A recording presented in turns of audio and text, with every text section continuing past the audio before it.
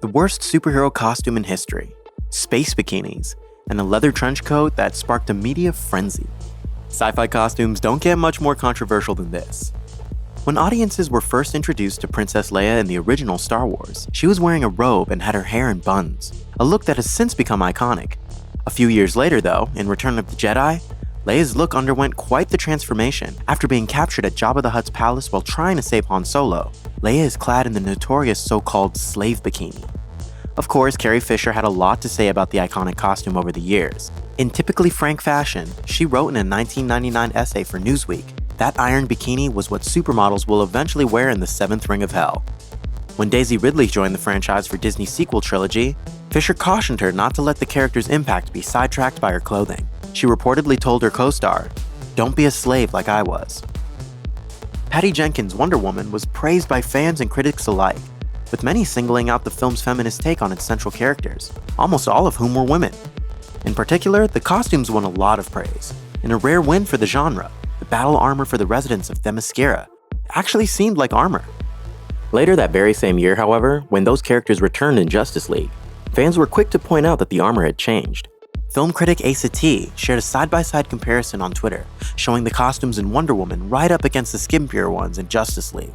They pointed out that the original version was designed by Lindy Hemming, a woman, while the ab-bearing bikini variants were created by Michael Wilkinson. Even actor Jessica Chastain chimed in on the controversy, writing in a since-deleted tweet, "Hey men, what would you wear to fight? Hint, don't expose your vital organs." One of the Amazon warriors defended the costume while speaking with USA Today, however. Brooke Ent said, "The girls on set, we never thought of the new costumes as a sexy version. It felt a little more glamorous, if anything, because we had bigger, beautiful hair, which I loved." Studios like to release a glimpse of their tentpole films far in advance, hopefully getting fans excited about upcoming blockbuster releases through a look at a special effects shot, an iconic star, or sometimes a costume. Such was the case when Sony Pictures released an image back in 2017 of the main characters in Jumanji, Welcome to the Jungle. The image depicted Kevin Hart, Dwayne "The Rock" Johnson, Karen Gillan, and Jack Black standing in the titular jungle. Instead of getting audiences hyped for the movie though, fans were surprised by how much skin Gillan's costume showed off. Her ultra-short shorts and ultra-cropped crop top seemed rather impractical as an outfit for jungle foraging. Why am I wearing this outfit in a jungle? Tiny little shorts and a leather halter top. I mean, what is this? The Hollywood Reporter published a piece putting forward theories as to why Gillan is so scantily clad in the film, with the outlet wondering if the plot involved setting the gender equality fight back 20 years. Gillan responded online about the outfit saying, "Yes, I'm wearing child-sized clothes, and yes, there is a reason. The payoff is worth it, I promise." The star was teasing the film's plot point that she plays an in-universe video game character. SlashFilm writer Ethan Anderton got it right back in 2016, noting after the film's first look was released that Karen Gillan is clearly a makeshift Lara Croft. Designer Jean-Paul Gaultier, known as an enfant terrible of the fashion world, created more than 1,000 different pieces for 1997's The Fifth Element. He dressed everyone in elaborate costuming, from stars Bruce Willis and Mila Jovovich to background extras with only seconds of screen time. The most famous outfit for the film, however, is the bandage costume worn by Jovovich for her character Leeloo. While the costume became instantly iconic, Jovovich's own public statements about the look have shifted over the years. On the occasion of the film's 20th anniversary, the former supermodel and future sci-fi mainstay told Vogue, "I think our team did the most incredible job with all the costumes, but especially Leeloo. That just became the most unique costume that anyone had ever seen in a sci-fi movie at that point." However, around the time of the film's release, Jovovich had told Entertainment Weekly that her infamous bandages were a bit embarrassing. Moreover, the costume led to the actor being harassed on set. She also insisted that fans should be watching the film for Leeloo's character, and not her looks, telling the magazine that, despite all appearances, it's not really about her clothes. Throughout Jurassic World, manly man Chris Pratt repeatedly belittles the more steely, hyper-feminine Bryce Dallas Howard's choice of outfit. More specifically, he focuses often on her high heels, telling her that her footwear is impractical for traipsing around a dinosaur-filled island. "You'll last 2 minutes in there. Less in those ridiculous shoes." True as that may be, Howard's character Claire elects to keep them on, insisting that her outfit doesn't have anything to do with her strength or ability to outrun dinos. She puts that to the test in the climax of the film, when, in a much derided scene, she takes off running from a massive T-Rex, heels stomping the ground in slow-mo, like she's walking the runway on RuPaul's Drag Race. So strong was the backlash to the scene that Pratt decided to prove himself capable of running in heels too, which he did on The Late Late Show with James Corden. Howard also defended the character's fashion choice in an interview with Yahoo Movies, explaining that it simply isn't practical for Claire to waste time taking off her shoes when she's perfectly capable of running in them, as the actor did herself on set. Howard said, "I don't think she would choose to be barefoot. I don't think she would run faster barefoot in the jungle with vines and stones. I'm better equipped to run when I have shoes on my feet." So that's my perspective on it. Ridley Scott's masterpiece horror movie Alien includes a number of superb sci-fi costumes, not least of which was the horrific xenomorph suit worn by actor Balaji Badejo. One of its more enduring looks also happens to be one of its simplest. In the third act of the film, Sigourney Weaver's Ripley shimmies out of her clothes, stripping down to a shirt and underwear. At first, Weaver was all for this, even suggesting that her character should have gone a little further. In an interview with Films and Filming magazine, Weaver said, "You see the alien in his birthday suit the entire film, so I thought it was a cop-out having me wear the underwear and not stripping entirely." However, she noted that she had received backlash for the costume, including people who said she had demeaned herself by performing the scenes. Weaver claimed, "It never occurred to me for a second that people would think my strip exploitive." Weaver isn't the only one who's now less than enthusiastic about the costuming choice.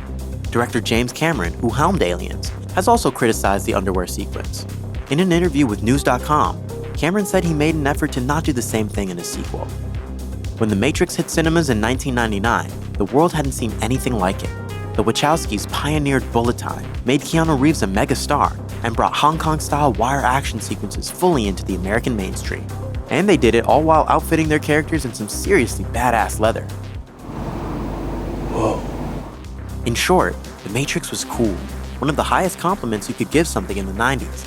At the time, one fan wrote, "The Matrix is so cool, it's not even funny. This has to be one of the coolest flicks of the decade." However, the film's instantly iconic style also sparked a moral panic about whether its trench coats were inspiring kids to violence. Several weeks after the release of The Matrix, the United States was rocked by the Columbine shooting, carried out by two teens who were said to be a part of a nefarious group the media called the Trenchcoat Mafia. The shooting's supposed connection to the killer's fashion choices made international headlines. This was debunked later, of course, but the fact that the Columbine killers were not actually part of the Trenchcoat Mafia gaming community didn't matter.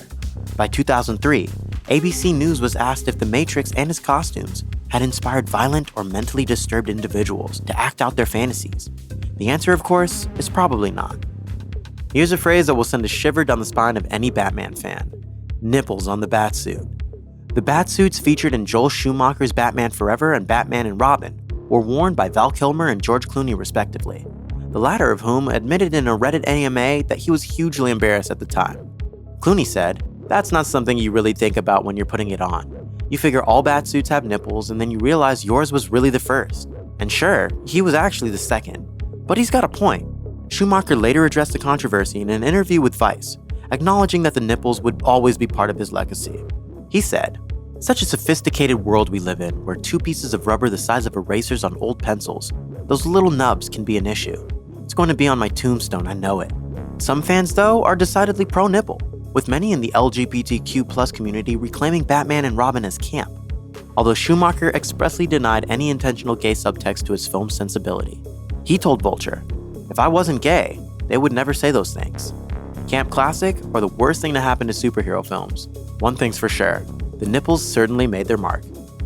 When Jennifer Lawrence stepped into the role of Mystique for X-Men First Class, the character's sleek look was one of the best things about the film. Unfortunately, it seems that the prosthetics and body paint were too much for the actor to deal with. She later told Jimmy Fallon that it originally took 8 hours to apply the costume, and that they'd gotten it down to 3 in time for the sequel, X-Men Days of Future Past. You just have to Oh my sit God, there, right? well, I stood or I had to sit on a bicycle seat.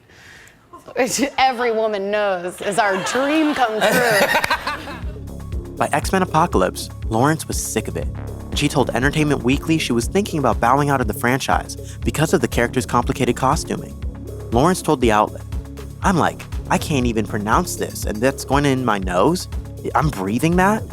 Fox worked out a compromise to get Lawrence in the franchise's closing chapter, Dark Phoenix, but it wound up stoking more than a little controversy. Mystique's full body paint and prosthetics were reduced to the sort of blue face paint and cheap-looking wig that you might buy from a Halloween store. Less Mystique, more superhero Team Blue Lady. Fans inevitably took to Twitter to voice their disappointment. One frustrated tweet read, Jennifer Lawrence's Mystique makes me sad. The Mystique design now is a joke. The character deserves better. Luc Besson's Valerian in the City of a Thousand Planets is mostly remembered for being a very expensive flop, but it's quite a fun slice of flashy sci-fi deserving of another look.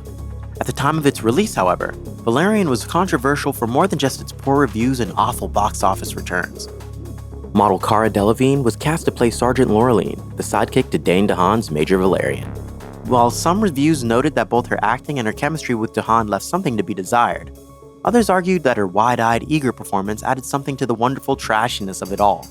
Delevingne's armored costume made headlines ahead of the film's release, too, with fans of the original comics noting that Laureline's outfit in a first-look image was bustier than it should be. An editorial in Metro UK typified the backlash, calling the gendered outfit annoying, and comparing the look unfavorably to Captain Phasma's far more androgynous armor in The Force Awakens.